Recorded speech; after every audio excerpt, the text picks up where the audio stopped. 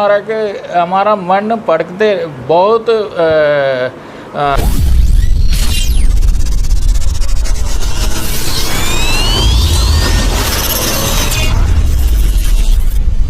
दोस्तों, हमारा हमेशा ये प्रयास होता है जब भी कोई अध्यात्म की बात करते हैं, जहाँ कोई भगवान की किसी तरह प्रेस या पूजा अर्चना करते हैं, यहाँ कहीं के महामंडलेश्वर या मंडलेश्वर होते हैं, यहाँ कोई पूरी शंकराचार्य जी होते हैं, हम उन्हीं के जहाँ पहुँच कर वहाँ के संस्थान में जाकर उनसे बातचीत करते हैं, उनके संस्थान के बारे में, वहाँ के किचन के बारे में, कौन कौन सा क्या क्या वहाँ पर होता है। सो इसी के अंतर्गत आज हम पहुँचे हैं जिला होशियारपुर के विद्या मंदिर स्कूल में। यहाँ पे स्वामी जी पहुँचे हैं, स्वामी विश्वनाथ जी महाराज, जो महाकालेश्वर मंदिर में महंत जी हैं। हम उनसे बात करेंगे अध्यात्म को लेकर और अन्य सवालों को लेकर, और साथ साथ जहाँ जो कार्यक्रम आयोजन किया जा रहा है उसके बारे में। ये बात है, हमें बताया आप एम.ए. इकोनॉमिक्स हैं, तो यहाँ पे हम बात करेंगे इस ओकेज़न के बारे में जो यहाँ स्कूल में, विद्या मंदिर स्कूल में, इस ओकेज़न के बारे में आप क्या कहेंगे? हाँ जी, इधर हरिओम विद्या मंदिर स्कूल 75 साल तक विद्या में सेवा करके आ रहा है। इसमें और आगे सभी बच्चा लोगों की सेवा करने के लिए, माँ सरस्वती का कृपा लेने के लिए हमारा गुरु से प्रार्थना रख रहा हूँ, ये आगे और बढ़ते जाना चाहिए। इससे बच्चा लोग के बचपन से सीखने के लिए और बढ़िया से सेवा करने के लिए मौका इनको मिलना चाहिए। स्वामी जी, आप यहाँ पे मुख्य अतिथि के रूप में पहुँचे हैं, शामिल हुए हैं यहाँ अध्यात्म गुरु के रूप में भी यहाँ पे आपका सम्मान किया जा रहा है। सूद साहब और दूसरे प्रबंधक कमेटी ने मेरे को बताया। तो जैसे आपने ये 75वीं वर्षगांठ यहाँ पे मनाई जा रही है स्कूल की, इसको लेकर जो बच्चों के लिए, जो हमारे बच्चे हैं, हम यहाँ पर अलग अलग भाषाएँ हैं यहाँ पे, तो उनको कैसे किस तरह से ये करना चाहिए स्कूल का जो रहता है? बच्चा लोग तो इस बचपन में इनको मन बहुत ही भगवान का स्वरूप में होता है। इनको मन अभी तक इस संसार में क्या क्या ग्रहस्थ में कितना प्रॉब्लम हो रहा है वो बच्चा लोग के ऊपर असर नहीं पड़ता है। इसलिए बच्चा लोग कुछ भी चीज़ आप पढ़ाने के लिए पढ़ा दो, वो एकदम ग्रहण करेगा। इसलिए हम ज़िंदगी, ये आगे की ज़िंदगी जीने के लिए हम लोग कितना ज़रूरत है वो सारे पढ़ाना चाहिए। इससे क्या होगा, वो बच्चा को समझ आएगा हमने इस दुनिया में क्या करने के लिए आया है, हम कहाँ तक हमने कैसे करना है, हम धर्म रक्षा क्या है, कैसे धर्म रास्ता में जाना चाहिए, कई अधर्म क्या है, ये चीज़ सारे बचपन में हम लोग सिखाना पड़ता है। नहीं है तो बच्चा क्या होगा, वो बड़ा होने के बाद इनको समझ नहीं आएगा हम कैसे ज़िंदगी जीना है, हम ज़िंदगी कैसे जीना है, हम कैसे आगे तक चलना है, ये चीज़ इनको पता नहीं लगता है। इसलिए हम बचपन में इनको सिखाना पड़ता है सब कुछ। इसलिए ये इनको बाकी कोई काम नहीं है बच्चा का अभी ज़िंदगी जीने के लिए, पूरा ज़िंदगी चलाने के लिए बचपन में सीखा जाता है।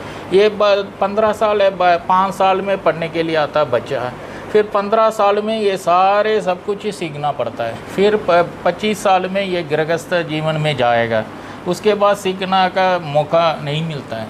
सो ये सारे बच्चा लोग अपना ज़िंदगी में बचपन में सीखना चाहिए। आजू के प्रथम भाग में ये एजुकेशन लेनी चाहिए, सभी बच्चों को लेनी चाहिए। आजू के उम्र के प्रथम भाग जो आपने फर्स्ट से लेकर 10 तक 15 तक ये एजुकेशन लेनी चाहिए जी, इससे बच्चे का भविष्य जो उज्जवल होता है, इसको मालूम। हाँ जी, हाँ जी। स्वामी जी, बात करें अध्यात्म की, तो सबसे पहले अध्यात्म है क्या? सभी बोलते हैं अध्यात्म की बात करते हैं, अध्यात्म हमारे पास को अध्यात्म के बारे में बताइए, क्योंकि बहुत सारे इस जो तत्कालीन मौजूदा हालात है इसमें बहुत से लोग अपने अपने धर्म से छूटते रहे, दूसरे धर्म में जा रहे हैं। इसलिए अध्यात्म क्या चीज़ है? अध्यात्म से क्या मनुष्य को कौन सा भविष्य है? अध्यात्म के बहुत बड़ा एक समुद्र है जी। फिर भी हमने आदि सुलभ का रास्ता में, सुलभ ईजी रास्ता क्या है, हमारा शरीर है जी। इस शरीर के चलाने वाला कौन है जी? ये इसी के बारे में हमने सीखना है, वो आध्यात्मिक होता है। ये शरीर मेरे को कैसे मिल गया, हम गर्भ में कैसे रिया है, हम बच्चा जन्म लेने के पहले हम कहाँ था, किधर जाना है, ये सब कुछ आध्यात्मिक में आ जाता है। ये एक सब्जेक्ट होता है ना, कैसे मैथमेटिक्स, साइंस, इंग्लिश, इसी तरह आध्यात्मिक ये एक सब्जेक्ट बोल सकता है। नहीं है तो हमारा ज़िंदगी है, हमारा शरीर है। ये शरीर के बारे में हम सोच विचार कर रहा हूँ ना। ये शरीर है, ये दुनिया है, इसको मालिक कौन है? ये मालिक अभी हम लोग को बोल रहा हूँ यूएस प्रेसिडेंट है, इंडिया प्राइम मिनिस्टर है, इससे आगे कौन है? इसी तरह हम सोच विचार कर रहा हूँ ना जी। ये आध्यात्मिक है। बाकी आध्यात्मिक में हमारा शरीर तो सत्य है, हम शरीर में रह रहा हूँ, शरीर बीमारी हो रहा है, शरीर मरने के बाद क्या हो रहा है, इसके बारे में विचारधारा ये आध्यात्मिक में होता है। स्वामी जी, ये जो आपने बताया मृत्यु के बाद हाँ जी। शरीर का क्या होता है, कहाँ जाता है, जो आध्यात्मिक अवस्था आती है उस हाँ। अवस्था के लिए बंदगी, जब नाम भजन सिमरन, जो उसके लिए मनुष्य को क्या करना चाहिए? ये स्वयं अनुभव होता है जी। ये आध्यात्मिक हम लोग पढ़ाई करना पड़ता है, हमारा गुरु लोगों के सिखा हुआ है, शास्त्र है, सभी पढ़ने से हमारे अनुभव में मिलता है। ये अनुभव हम बाहर नहीं बता सकता है कि कितना मर्जी आप ब्रीफ करवा दो, एक्सप्लेन करवा दो, फिर भी ये खुद लेना पड़ता है, खुद हमारे का अनुभव मिलेगा, उस अनुभव से हम लोग सीखना पड़ता है। जो अपने आप को, जब हम कोई भी बंदगी करते हैं, भजन सिमरन करते हैं, जो अपने आप को अनुभव होता है, हाँ जी, उसका अनुभव इंटरनली होता है, तो उसको प्रत्यक्ष रूप में किसी के सामने जा किसी के समक्ष रखना जरा इम्पॉसिबल हाँ जी। इसको एक और सुलभ, एक और इजी वे मेथड क्या है, हम लोग रोज ही सो जा रहा हूँ जी, हम लोग निद्रा ले रहा हूँ, रात को हो गया भाई, सभी सोता है, सारे जीव राशि सभी लोग सोना ही पड़ेगा। नहीं सोएगा तो उनको कुछ नहीं, उनको आगे का काम नहीं कर पाएगा। स्वस्थ में तो वो सोने समय में, निद्रा में हमारा के क्या अनुभव मिल रहा है, ये सभी के अनुभव है। हम सोए में सारे जीव राशि समाधि स्थिति में रह रहा है, फिर भी हमारा मन पढ़ते बहुत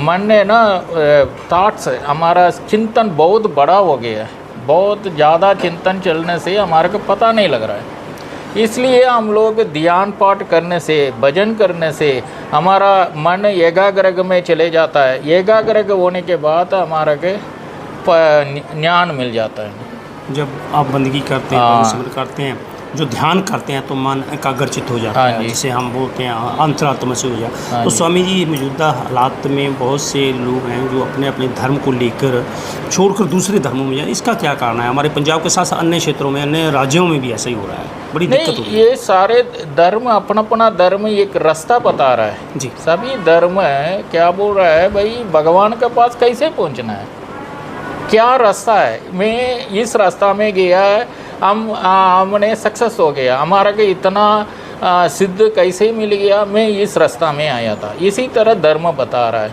हम लोग अपना धर्म में भरोसा रखना पड़ता है।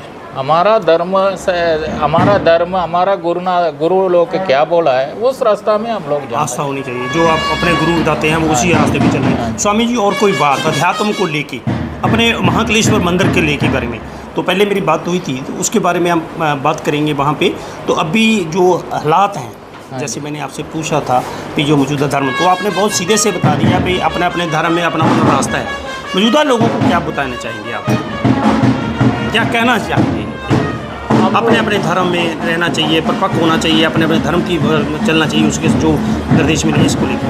नहीं, हमारा बुजुर्ग लोग ने बहुत बढ़िया मंदिर बनाया हुआ, गुरुद्वारा बनाया हुआ, अपना उसमें हर रोज़ जाना चाहिए, उससे हमने प्रार्थना रखना पड़ेगा भगवान से, मेरे का आगे के रास्ता बताना चाहिए, हमारा का रास्ता पता नहीं लग रहा है, उससे आगे जाने के लिए हम रास्ता भगवान से मांगना पड़ता है। इसलिए हमारा बुजुर्ग लोग क्या बनाया हुआ, एक घर बनाया हुआ भगवान के लिए, उसी में हम लोग जाना चाहिए, जाके उसमें करने से हमारा के वहाँ एनर्जी सिस्टम काम करता है, मंदिर में, गुरुद्वारा में, उसी तरह उन्होंने बिल्डिंग बनाया हुआ, उससे जाने से हमारा का रास्ता मिल सकता है।